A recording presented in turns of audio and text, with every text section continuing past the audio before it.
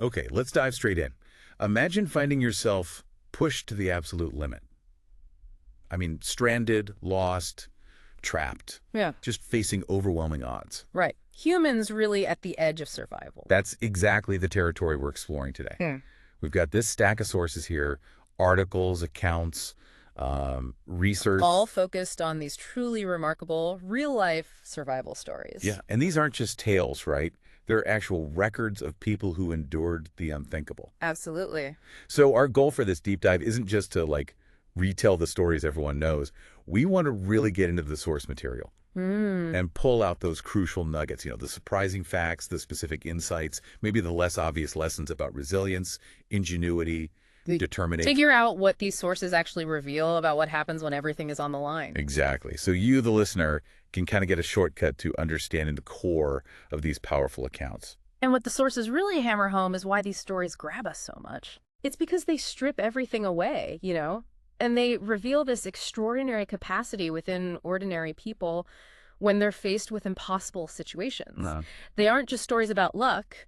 The sources really detail specific actions, specific mindsets, skills, stuff that goes way beyond just hope or grit. That's exactly it. Getting past the headline and into the how.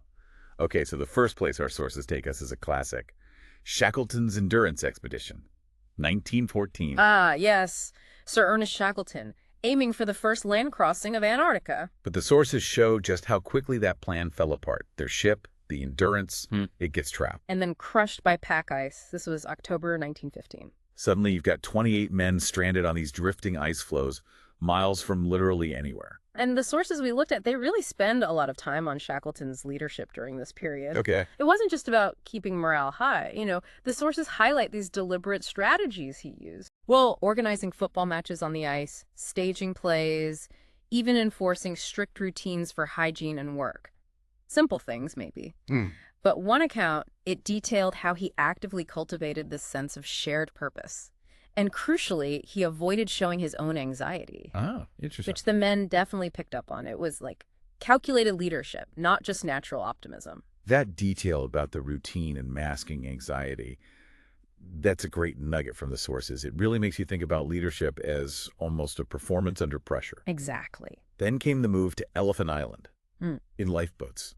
Still stranded, still no hope of rescue there. Right. And the next part, the audacious act the sources describe, it's still just breathtaking. The James Caird journey. Yeah. Shackleton and 5 others taking this, basically a reinforced lifeboat, 800 miles across the Southern Ocean to South Georgia. Just insane. The sources emphasize the almost unimaginable conditions. Constant bailing, freezing spray, navigating by sextant when they could even glimpse the sun through storms. Right. And one source specifically mentioned how they used bags of ballast stones taken from the crushed ship to help stabilize the tiny boat in these mountainous seas. Wow, ballast stones from the sinking ship helping them survive the open ocean. That shows the ingenuity, right? Drawn right from the disaster itself? It does. And then they land on the wrong side of South Georgia. Unbelievable. So the sources recount that final brutal trek over uncharted mountains, a 36-hour push with hardly any gear just to reach a whaling station and get help. Just relentless. And the sources frame this whole saga not just as survival, but as this masterclass in adaptability and relentless problem solving. It's studied because it wasn't one single heroic moment. It was this continuous chain of critical decisions, improvisations, all documented in the sources, that ultimately saved every single one of the 28 lives after more than a year stranded. Yeah. It really forces you to consider leadership not as just a title, but as this moment-by-moment practice. Okay, so from the ice, let's shift. Totally different environment, different kind of ordeal. The Miracle of the Andes, October 1972. Uruguayan Air Force Flight 571, a plane carrying 45 people, crashes high in the remote Andes Mountains. And the conditions as described in the sources, just horrific. Extreme, stranded above 12,000 feet, brutal cold, very little food, and the sheer isolation is key. No way to signal, no easy way out. The sources detail that immediate aftermath, don't they? The injuries, the despair setting in as days turn into weeks. Yeah, and then the really devastating news. They heard on a makeshift radio That the search had been called off. Yeah. Officially. God, the psychological impact of that moment, knowing you are completely on your own. The sources talk about that, right? They do. And this is where the story really pushes the limits of human endurance. And it confronts these incredibly difficult ethical questions. The cannibalism. Exactly. Facing starvation, they made that agonizing decision. The sources discuss it extensively. They're blunt about the grim necessity, but also the profound internal struggle it caused. It wasn't casual. Not at all. The accounts describe it as this collective, deeply personal decision, born of absolute, total desperation. That level of detail about the decision-making process under that kind of duress, that's a critical insight from the sources. It is. And despite everything, two of the survivors, Nando Parado and Roberto Canessa, they decided to trek out after more than 2 months up there. An act of desperation or hope? Both, probably. The sources describe their 10-day climb through treacherous terrain.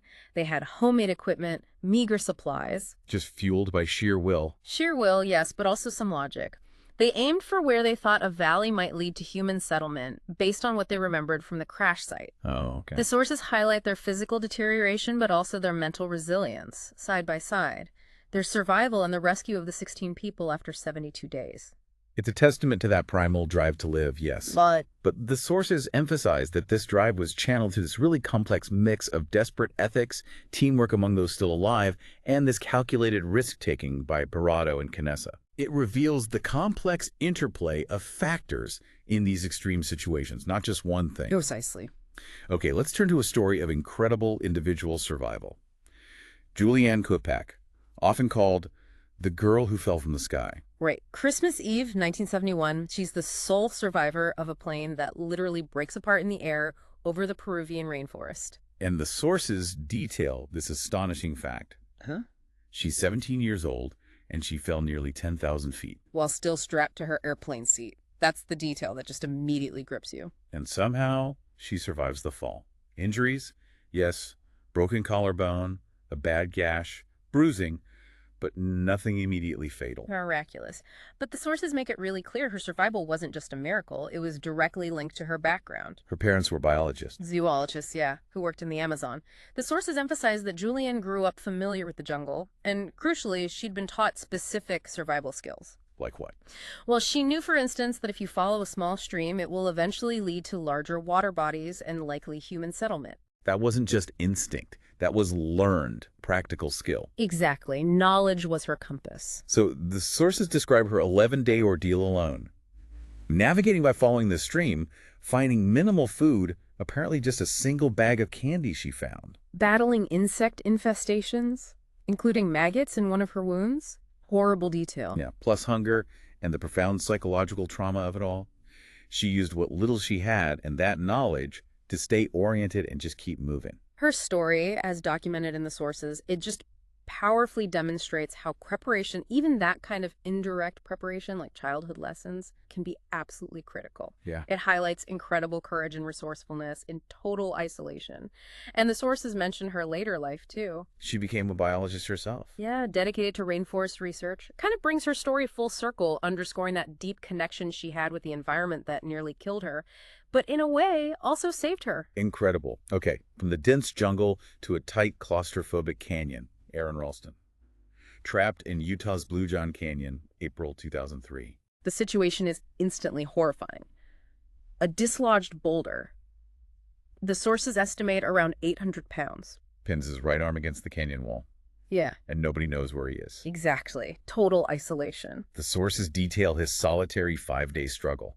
He's rationing tiny supplies of water and food. He uses his video camera to record messages for his family. And he's desperately trying different ways to get free, right? Yeah. Chipping at the boulder, trying to rig pulleys. Yeah, anything he can think of. And then the sources describe that moment. The horrific realization dawns on him. The only way out is self-amputation. And the sources, they don't shy away from the brutal details of that decision and how he executed it. They explain the process. Yeah, using the boulder's leverage to actually break the bones in his arm, first the radius and ulna, Oh my God. then using this dull multi-tool knife to cut through flesh, muscle, tendons. It wasn't quick. It was this prolonged, agonizing act of sheer will. The detail that he had to break his own bones first, using the boulder. That's a shocking nugget from the sources. It just underscores the sheer, almost unfathomable pain and determination involved. Absolutely. And after freeing himself, he still wasn't safe. He had to rappel down a 65-foot cliff, one-handed. And then hike for several miles before he was finally found by hikers. Ralston's story, it's widely known, of course, through his book and the film 127 Hours. It's held up in the sources as this potent symbol of determination, ingenuity under pressure. Yeah.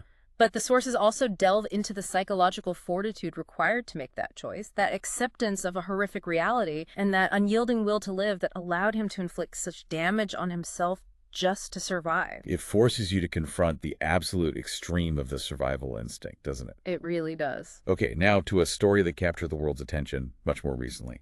The wild boars, the 12 boys and their soccer coach, trapped in Thailand's Tam Luang cave system, June 2018. Right. The sources detail how they just went into the cave after practice, like maybe they'd done before. But they were totally unaware of the sudden monsoon flooding that was coming.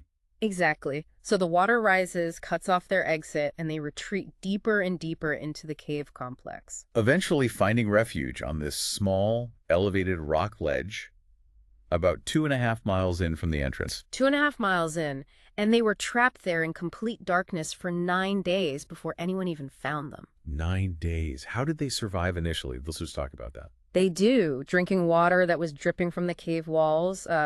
Apparently they tried to dig out at one point. Mm-hmm. And crucially, the coach taught them meditation techniques to help conserve energy, but also just to stay calm in that terrifying situation. That's a fascinating detail. Meditation as a survival tool. Yeah, a key insight from the sources, really highlighting that psychological dimension of endurance. And the search became this massive international effort, right? Huge. Thousands of people involved. Elite cave divers flown in from all over the world. The sources detail the incredible logistical challenge of just searching that complex system. And then, that moment of discovery. Yep. By the British divers, captured on video. Yeah. It was just globally electrifying. It really was. But finding them, as the sources make clear, was only half the battle. Right. Getting them out. The rescue plan was incredibly complex and daring.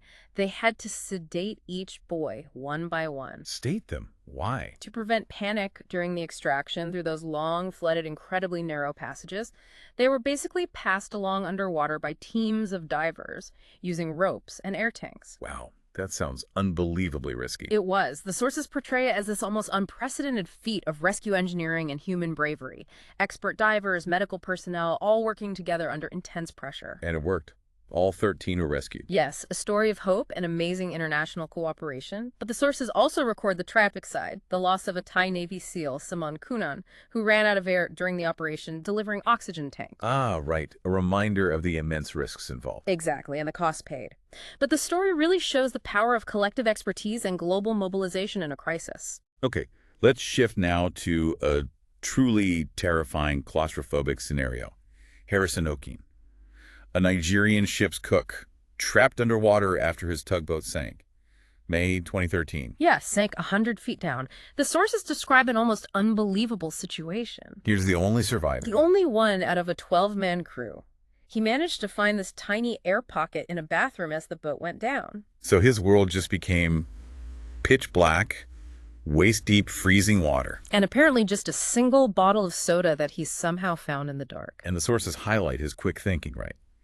He built some kind of platform. Yeah, incredible resourcefulness. He used a mattress and other debris floating around him to build a makeshift platform just to raise himself a bit higher into the air pocket, get out of the freezing water as much as possible. That kind of immediate practical ingenuity under unimaginable stress, just wow. Absolutely. And the sources describe his terrifying 60 hours trapped there. That's 3 full days. In total darkness. Total darkness. Silence, except for the sounds of the wreck creaking and, horrifyingly, fish apparently eating the bodies of his crewmates nearby. Oh, God. Battling hypothermia, dehydration, profound terror. The sources say he just prayed and waited. And then the discovery. Yeah. Diverse, searching for bodies. Stumbled upon his air pocket and found him alive. Just stunning. Almost cinematic, like you said. Unbelievable. And the sources emphasize his survival wasn't just finding the air pocket, it was enduring the physiological and psychological stress for that long. And getting him out wasn't simple either. No. His return to the surface required complex decompression over several days in a specialized chamber to prevent nitrogen poisoning, the bends, from being at that depth for so long. That's a critical technical detail the sources highlight. So his story's studied now. Yeah, in diving and survival contexts. A powerful example of finding, even a tiny pocket of hope in the most overwhelming darkness. Okay, here's an incredible recent story really highlighting the resilience of children. The Amazon 4. Ah, yes. 4 indigenous siblings, aged 1 up to 13, surviving a plane crash and then 40 days alone in the Colombian Amazon. This was June 2023. The sources detail the tragic crash itself. It killed their mother and the other 2 adults on board. Leaving these 4 children completely alone. But the focus immediately shifts to their survival and their critical advantage, as emphasized in the sources. Was their connection to their Hudo indigenous community, their inherited knowledge of the jungle. Right. That's the key nugget from the sources here. It wasn't just luck, was it? Not at all. They knew which fruits and seeds were edible, how to find safe water, how to identify dangerous plants or animals. The sources specifically mentioned them finding fruits like sage and milpesos palms, things most outsiders wouldn't recognize. Learning knowledge again. Exactly. And the sources really credit the oldest sibling, Leslie, who is just 13. She took charge. Extraordinary leadership. She became the primary caretaker, using her knowledge to find food and build makeshift shelters, comforting her younger siblings, keeping them moving. Just a profound act of familial responsibility under extreme duress. They faced incredible challenges, though, right? The sources mention malnutrition, animals. Oh, yeah. Malnutrition, encounters with wild animals, the constant threat of insects, plus the sheer trauma of losing their mother in the crash.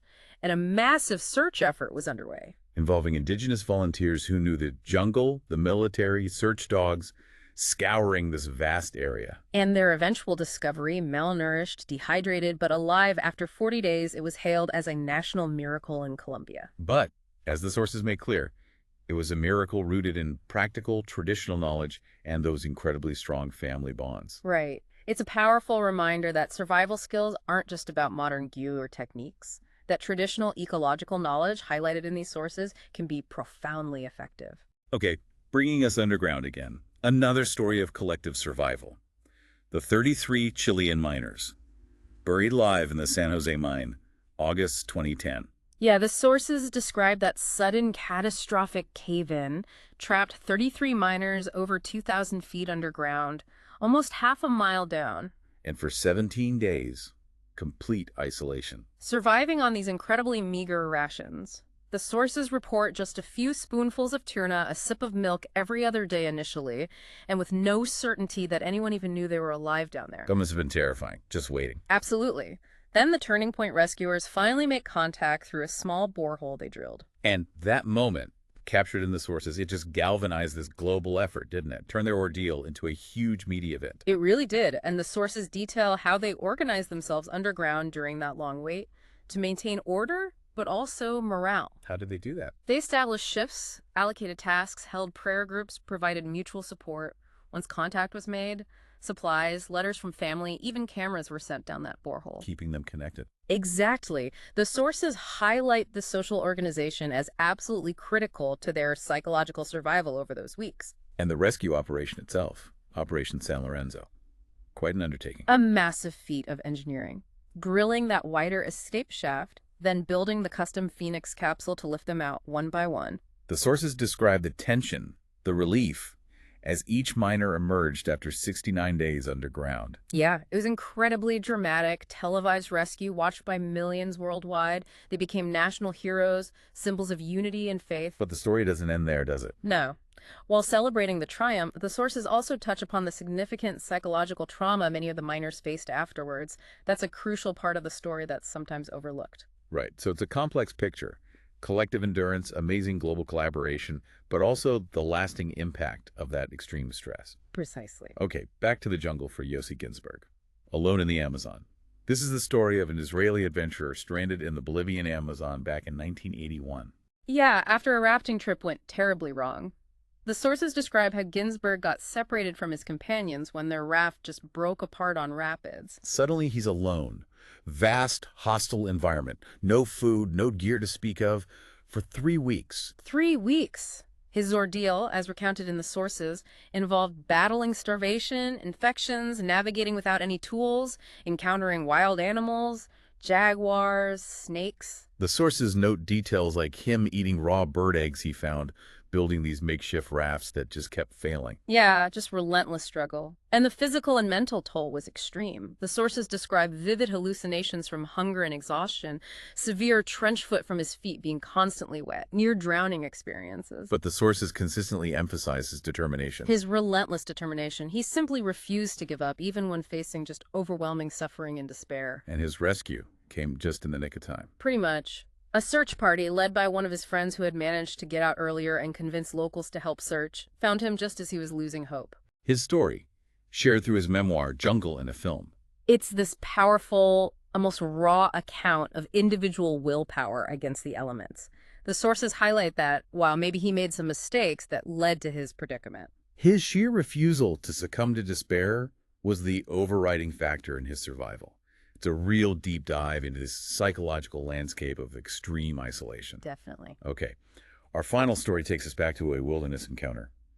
Alex Messenger, the grizzly attack survivor. Right. He was only 17 at the time. During a long canoe trip in the Canadian tundra, Alex was mauled by a grizzly bear. The immediate aftermath, as documented in the sources, sounds horrific. Severe facial injuries, leg injuries. And he was initially separated from his group in this incredibly remote wilderness, miles from anywhere. But the sources emphasize that multiple factors were critical for his survival here. It wasn't just his individual resilience, though that was key. Right. It was his ability to manage the shock and pain, regroup with his companions, and then their shared wilderness skills and teamwork after the attack. So they had the skills needed. They did.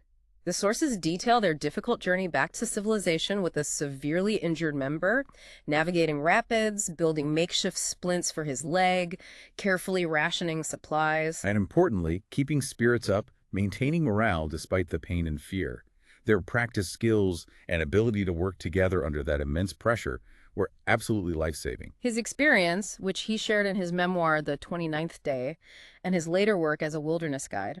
They underscore some key lessons from these sources, don't they? Yeah. The importance of preparedness for unexpected dangers in the wild, maintaining composure in the face of immediate, brutal threats, and that crucial role of teamwork when navigating a crisis in remote environments. It shows that survival isn't always just a solo act of defiance.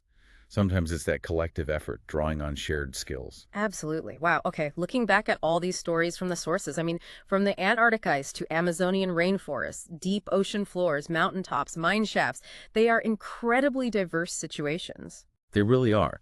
But as we've sort of pulled out these specific details and insights from the source material, some powerful common threads do become pretty clear, don't they? Absolutely clear. The sources across all these different accounts consistently point to the sheer power of human ingenuity and resourcefulness. Right. Whether it was using salvage ballast zones or a mattress for a raft or that traditional plant knowledge, people improvised with whatever little they had. They definitely highlight the critical importance of hope, yes. But it's often a hope fueled by practical steps or external connections, not just, a vague feeling. Yeah, the sources show how specific actions like Shackleton's routines, or the miners' organization underground, or the Thai boys doing meditation, how those things help sustain hope in a tangible way. And while the sources feature that undeniable will to live, they illustrate it through specific, often agonizing decisions and sustained, difficult actions. Like the trek, the amputation, the endurance of isolation. It's not just an abstract desire. It's putting one foot in front of the other. Exactly. And finally, the sources reveal these different critical factors that can come into play. Sometimes it's explicit leadership, like Shackleton. Or profound teamwork, like the Endurance crew, the Andes survivors working together, the Thai cave rescue, the miners, Alex Messenger's group. Sometimes it's that inherited cultural knowledge, like the Amazon 4 children. And sometimes it's just that intense individual determination, like Kopek, Ralston, O'Keen, Ginsberg. It's rarely just one single thing. It's usually a combination. Yeah. So these deep dives into the source material really show that these stories aren't just about surviving extreme, outlier situations you'll hopefully never face. Right. They offer these practical and psychological lessons about resilience, about adaptability, that can apply to facing any significant challenge in your own life. They're powerful reminders of the incredible capacity that's hidden within the human spirit, often revealed only when we're pushed right to the absolute limit. So we've taken a deep dive into some truly extraordinary moments in human history today, extracting specific insights directly from these compelling sources. And the core message that comes through from these accounts is just undeniable. The human capacity for endurance, for adaptation, for finding a way forward, it's far greater than we often give ourselves credit for. Definitely. So maybe here's something to consider.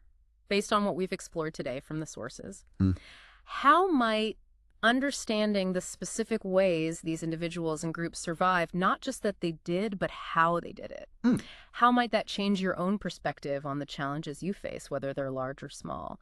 What reservoirs of strength or resourcefulness or maybe even learned knowledge might lie dormant within you, just waiting to be called upon? A powerful thought to end on. Thank you for joining us for this deep dive.